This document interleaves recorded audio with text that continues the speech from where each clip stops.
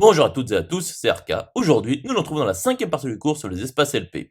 Donc aujourd'hui, nous allons nous intéresser à la propriété d'espace vectoriel normé des espaces LP. Rentrons alors dans le vif du sujet. Donc soit x à rang de mu, un espace mesuré avec x non vide. Donc soit P appartenant à 1 plus infini, ouvert du côté de plus infini et fermé du côté de 1. Donc démontrons que pour tout fg appartenant à LPx à rang de mu 2, l'intégrale sur grand X de la valeur absolue, ou plutôt du module de f-g puissance p d mu, le tout puissance 1 sur p égale 0, implique que f égale g. Donc soit fg appartenant à lp de x à rang de mu 2, tel que l'intégrale sur grand X de module de f-g puissance p d mu, le tout puissance 1 sur p égale 0. Donc nous avons que l'intégrale sur grand X du module de f-g, le tout puissance p d mu, égale 0. Poursuivons la démonstration. Donc soit u appartenant à f-g. Donc le module de u puissance p de d de u est inclus dans R+. Donc, nous avons que l'intégrale sur grand X du module de u puissance p d mu qui est égal à 0. Et donc, module de u puissance p est égal, mu presque partout, à l'application nulle de x dans c. Et donc, u est égal mu presque partout à l'application nulle. Et donc, f-g est égal à la classe d'équivalence de u qui est égal à la classe d'équivalence de l'application nulle de x dans c, ce qui est donc égal à 0 au 0 de LP de x à rond de mu. Et donc f est égal à g. Conclusion établie. À présent, démontrons que pour tout alpha f appartenant à c croix LP de x à rond de mu, l'intégrale sur grand X du module de alpha f puissance p d mu le tout puissance 1 sur p est égal au module de alpha, le tout fois l'intégrale sur grand X de module de f puissance p d mu le tout puissance 1 sur p. Donc soit alpha f appartenant à c croix lp x à rond de mu quelconque. Donc soit u appartenant à f quelconque.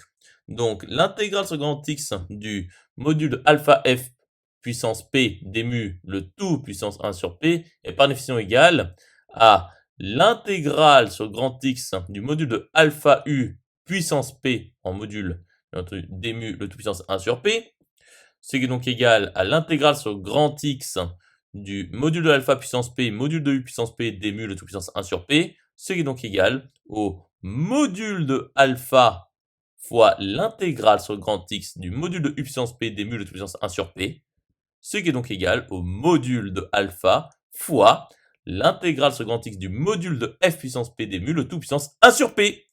Conclusion établie. Poursuivons l'étude.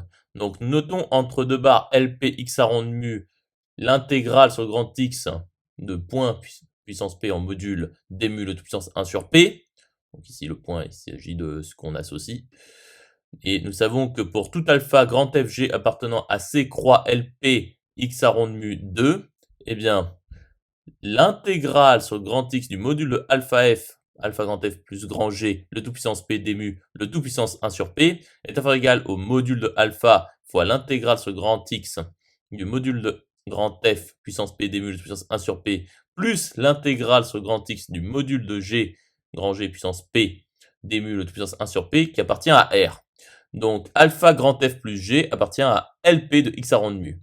Donc à présent, nous pouvons dire que LP de x à rond de mu et entre deux barres LP x à rond de mu est un espace vectoriel normé.